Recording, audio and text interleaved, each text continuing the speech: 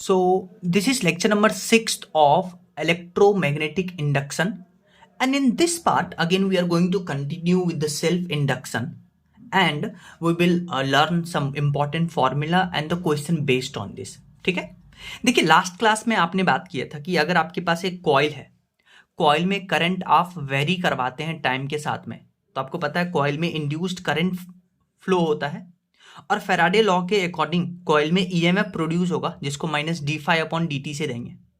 अच्छा, एक सोलेनॉइड के लिए जो फाई होता है वो एल आई के बराबर होता है, यानी कि coefficient of self induction into current. तो फाई के जगह पे एल आई रखेंगे तो ईएमएफ इंड्यूस्ड का फॉर्मूला आ जाएगा minus L D I by D T. ये जो D I by D T है, this is rate of change of current with respect to time.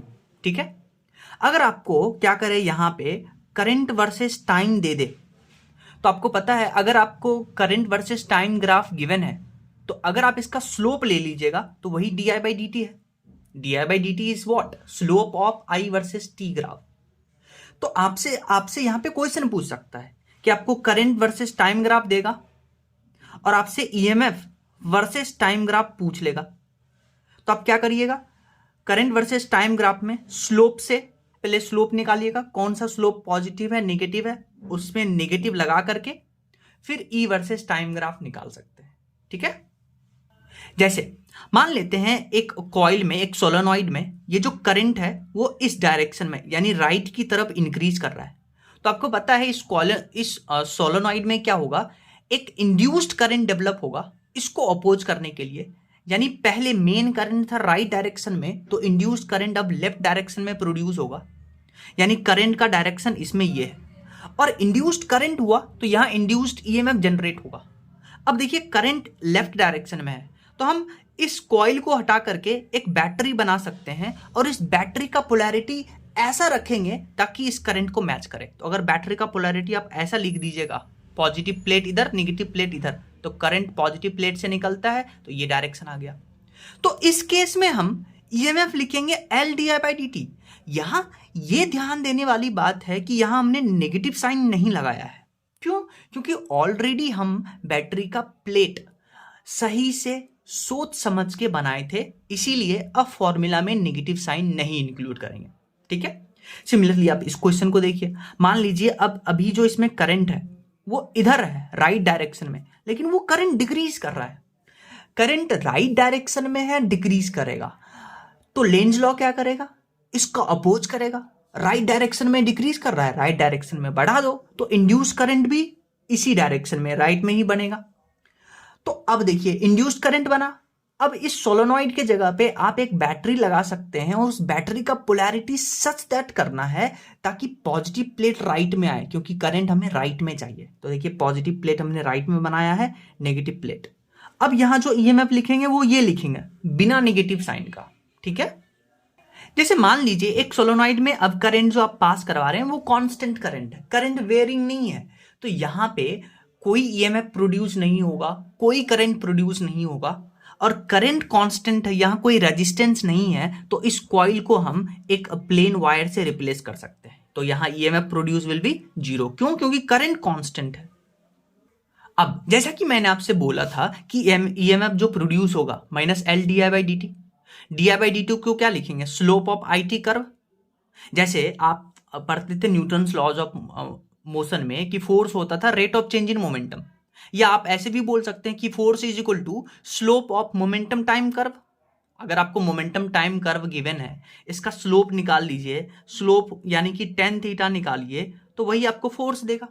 Similarly इलेक्ट्रोस्टैट में पढ़ते थे इलेक्ट्रिक फील्ड होता है minus d v by d x, तो इसको कैसे लिखते हैं, minus of slope of potential x curve. Similarly अभी आप पढ़ के आए कुछ लेक्चर में कि EMF is equal to minus D phi by D t, तो इसको कैसे लिख सकते हैं, negative of slope of phi versus time graph. और सिंस बात स्लोप की आती है तो आइए थोड़ा सा रिवाइज करते हैं। अगर देखिए थीटा ग्रेटर देन 90 डिग्री है, स्लोप निगेटिव होगा, theta less than 90 degree slope positive होगा, यहां भी स्लोप पॉजिटिव होगा। अब यहां पे देखिए ये इसमें स्लोप पॉजिटिव, इसमें स्लोप जीरो, इसमें स्लोप निगेटिव। अब इसमें देखिए इसमें स्लोप पॉजिटिव, इस पूरे लाइन में स्लोप निगेटिव। अरे साहब अगर इस लाइन की बात करते हैं तो यहां स्लोप निगेटिव होगा, तो लाइन सेम है तो यहां भी तो स्लोप निगेटिव होगा। और यहां पे फिर स्लोप पॉजिटिव, क्योंकि यहां आगे इसको एक्सटेंड करिएगा तो theta less than 90 degree, slope positive. तो आपको स्लोप निकालना आना चाहिए। जैसे मान लीजिए आपको क्वेश्चन दिया करंट वर्सेस टाइम ग्राफ, और आपको इसमें ग्राफ खींच के दिया और मार्क कर दिया OABC। आपसे पूछा है कि draw EMF versus time graph. अब आप ध्यान से सुनिए, O से A में देखिए, क्योंकि EMF वर्सेस टाइम ग्राफ चाहिए तो आपको पता है EMF का फॉर्मूला होता है minus into coefficient of self induction into slope of IT curve. तो यहां O से A का स्लोप देखिए, यहां O से A का स्लोप क्या है? पॉजिटिव। तो फॉर्मूला ये है, स्लोप पॉजिटिव है, पॉजिटिव इंटू नेगेटिव, तो EMF जो आएगा नेगेटिव में आएगा कांस्टेंट, तो नेगेटिव में हम कांस्टेंट बना देंगे। O से ये आ गया। फिर आप A से B तक बात करिए, A से B तक थीटा ग्रेटर देन 90 डिग्री, तो यहां स्लोप क्या होगा? यहां स्लोप नेगेटिव होगा। EMF का ये फॉर्मूला होता है, तो नेगेटिव इंटू नेगेटिव प्लस में कांस्टेंट, तो ये प्लस में कांस्टेंट बना दिए EMF वर्सेस टाइम ग्राफ। फिर B और C की बात करिए, तो B और C को एक्सटेंड करिएगा तो इसका स्लोप पॉजिटिव, B और C का, तो EMF minus L into slope, slope positive, positive into negative, तो नेगेटिव में कांस्टेंट, तो नेगेटिव में कांस्टेंट, ये बन गया। तो ये EMF वर्सेस टाइम ग्राफ बना लिया हमने करंट वर्सेस टाइम ग्राफ से। करना क्या है? सिर्फ यही फॉर्मूला याद रखना है कि EMF equal to minus L into slope of IT curve. क्यों? क्योंकि EMF होता है minus L di/dt। Next question देखिए, इसमें आपको current versus time graph given है और इसमें ये ग्राफ गिवन है, तो आपसे पूछा है कि EMF versus time graph select करिए, कौन सा ग्राफ सही है। अब ध्यान से देखिए, आपको पता है कि जो EMF होता है वो होता है माइनस L di/dt। तो अगर आप minus L slope of IT curve निकालिएगा तो आपके पास EMF वर्सेस टाइम ग्राफ आ जाएगा। तो आप OA कर्व देखिए, यहां स्लोप पॉजिटिव, तो नेगेटिव इंटू पॉजिटिव स्लोप, तो ये आ गया नेगेटिव में कांस्टेंट, तो नेगेटिव में कांस्टेंट ये आएगा। फिर A से B देखिए, A से B में स्लोप नेगेटिव है, तो नेगेटिव इंटू नेगेटिव यानी पॉजिटिव, तो स्लोप पॉजिटिव आएगा और कांस्टेंट आएगा। तो 100% यही ग्राफ सही है इसका, अगर आपको EMF वर्सेस टाइम ग्राफ बनाना है। लेकिन अब आप देखिए, ये ग्राफ किसी भी ऑप्शन में नहीं है, तो हम यहां पे क्या करेंगे? EMF का हम मैग्नीट्यूड वाला फॉर्मूला यूज करेंगे, यहां नेगेटिव नहीं लगाएंगे।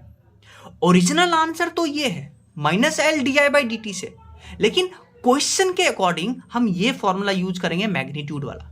तो अब आप इस फॉर्मूले को यूज करिए, यहां से यहां स्लोप पॉजिटिव, तो ये स्लोप पॉजिटिव आएगा, तो EMF पॉजिटिव, यानी कि EMF पॉजिटिव और कांस्टेंट। फिर यहां से यहां स्लोप नेगेटिव, तो इसका स्लोप नेगेटिव, तो EMF जो आएगा वो क्या आएगा? नेगेटिव, नेगेटिव में कांस्टेंट, तो ग्राफ C सही होगा। तो क्वेश्चन के अकॉर्डिंग आपको फॉर्मूला यूज करना है। 100% यही सही है क्योंकि आपने नेगेटिव साइन यूज किया है, पर ये AIPMT में क्वेश्चन पूछा था और इसमें साइन मैग्नीट्यूड की बात कर रहा था, उसके अकॉर्डिंग ग्राफ बना था। नेक्स्ट एक और कॉन्सेप्ट सीखिए, आपने पढ़ा EMF equal to minus L di/dt। Magnitude की बात करते तो L di/dt, ये जो है ये इंस्टेंटेनियस वैल्यू ऑफ EMF है, लेकिन एवरेज आपको निकालना है तो वो हो जाएगा L delta I upon delta T। और L क्या होता है? टोटल फ्लक्स अपॉन करंट, क्योंकि फाई होता है LI के बराबर, तो L हो गया टोटल फ्लक्स अपॉन करंट, और डेल्टा I हो गया I final minus I initial. जैसे वीडियो पॉज करिए, इस क्वेश्चन को रीड करिए, then I will tell you the explanation. देखिए, क्वेश्चन में आपको बोला है कि एक कॉइल का सेल्फ इंडक्शन आपको गिवन है 2 मिली हेनरी, ठीक है। इनिशियल करंट आपको दिया है 10 और करंट चेंज हो गया फाइनल करंट 15 में, और आपको बोला है टाइम 1 मिली सेकेंड में आपको बताना है इंड्यूस्ड EMF। तो इंड्यूस्ड EMF क्या होता है? L delta I upon delta T, average की बात करते हैं। L आपको दिया 2 milli henry, delta I final minus I initial 15 minus 10 करिएगा, और अपन 1 मिली सेकेंड, मिली से मिली खत्म, आंसर आएगा। अब देखिए, ये जो EMF है या तो पॉजिटिव हो सकता है, नेगेटिव हो सकता है। पॉजिटिव नेगेटिव कब लगाना है? डिपेंडिंग ऑन द जो आपको ऑप्शन गिवन है क्वेश्चन में, ठीक है, उसके अकॉर्डिंग आप प्लस या नेगेटिव लगाइएगा। देखिए, लास्ट क्लास में हम लोगों ने बात किया था कि एक सोलोनॉइड जिसका लेंथ L है, सोलोनॉइड का एरिया पाई r स्क्वायर होगा, तो उसके लिए जो L का formula coefficient of self induction लिखते थे mu naught N square upon L into area. N क्या था? Number of turns. एक और फॉर्मूला लिखते थे mu naught N square into volume.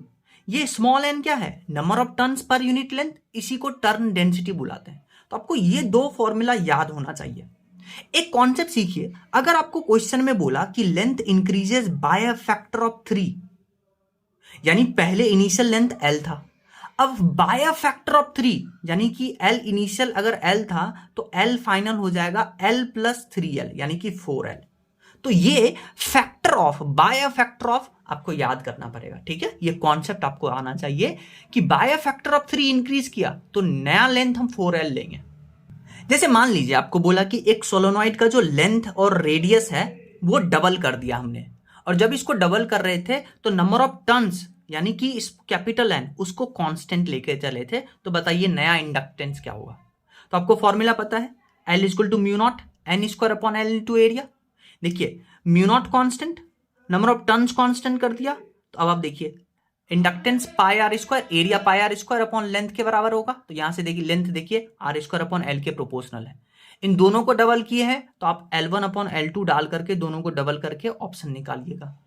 Next question देखिए, इसमें बोला है लेंथ और रेडियस इसको डबल करते हैं कब, जब हम number of turns per unit length यानी कि नंबर डेंसिटी उसको कांस्टेंट रखते हैं, स्मॉल एन को कांस्टेंट रखते हैं। तो स्मॉल एन के टर्म्स में जो इंडक्टेंस का फॉर्मूला आता था वो आता था mu naught N square into volume. Mu naught constant है, एन को कांस्टेंट कर दिए तो inductance will be directly proportional to volume. Volume होता है एरिया इंटू लेंथ। अब देखिए लेंथ और रेडियस इसको डबल किए हैं तो length will be directly proportional to radius का स्क्वायर इंटू लेंथ, यहां से रेशियो लेंगे आंसर आएगा। सिमिलरली एक और क्वेश्चन देखिए, यहां बोला लेंथ को हमने डबल किया है कीपिंग टर्न डेंसिटी सेम और एरिया सेम। टर्न डेंसिटी मतलब स्मॉल एन की बात कर रहा है, तो आप फॉर्मूला लिखिएगा स्मॉल एन के टर्म्स में mu naught N square into volume. N constant है, म्यू नॉट कांस्टेंट है और वॉल्यूम होता है एरिया इंटू लेंथ, और एरिया भी कांस्टेंट है। तो जो इंडक्टेंस है it is directly proportional to length. अगर एल डबल किए तो इंडक्टेंस डबल हो जाएगा। नेक्स्ट क्वेश्चन देखिए, वीडियो पॉज करिए, क्वेश्चन रीड करिए, then I tell you the explanation of this question. देखिए क्वेश्चन में आपको बोला है कि एक सोलोनॉइड को हमने एक रेक्टेंगुलर फ्रेम पे बाउंड किया है, और क्वेश्चन में आपको बोल रहा है कि टर्न डेंसिटी कांस्टेंट है यानी कि एन कांस्टेंट है, और जितने भी लीनियर डायमेंशन है जैसे एच एल और विथ, इन सबको हम बाय फैक्टर ऑफ 3 इंक्रीज किए हैं। तो आपको ये बाय फैक्टर ऑफ 3 सेंटेंस का मतलब समझ में आना चाहिए कि अगर लेंथ पहले L था, by factor of length 3 increase किए तो नया लेंथ 4L हो जाएगा, तो सभी 4W 4H हो जाएगा। तो इंडक्टेंस का formula in terms of volume ये आता है mu naught N square into volume. N constant है, म्यू नॉट कॉन्स्टेंट है, और वॉल्यूम आप इसको एक रेक्टेंगुलर फ्रेम का क्या लिखिएगा, length into height into width, length into height into width. तो यहां से देखिए inductance will be directly proportional to length width height. सभी को बाय फैक्टर ऑफ 3 इंक्रीज किए तो नया लेंथ 4L, नया विथ 4W, नया एच 4H। तो जब आप इसको कैलकुलेट करिएगा तो वो आ जाएगा 464 टाइम्स ऑफ इनिशियल इंडक्टेंस। तो नया inductance 64 times of initial inductance. या तो ऐसा ऑप्शन मिल सकता है, या नया इंडक्टेंस कितने फैक्टर से इंक्रीज किया, हाँ बाय फैक्टर ऑफ 63, तभी तो ऐड करेंगे 64 आया। तो इस दोनों टर्म्स में आपसे पूछ सकता है।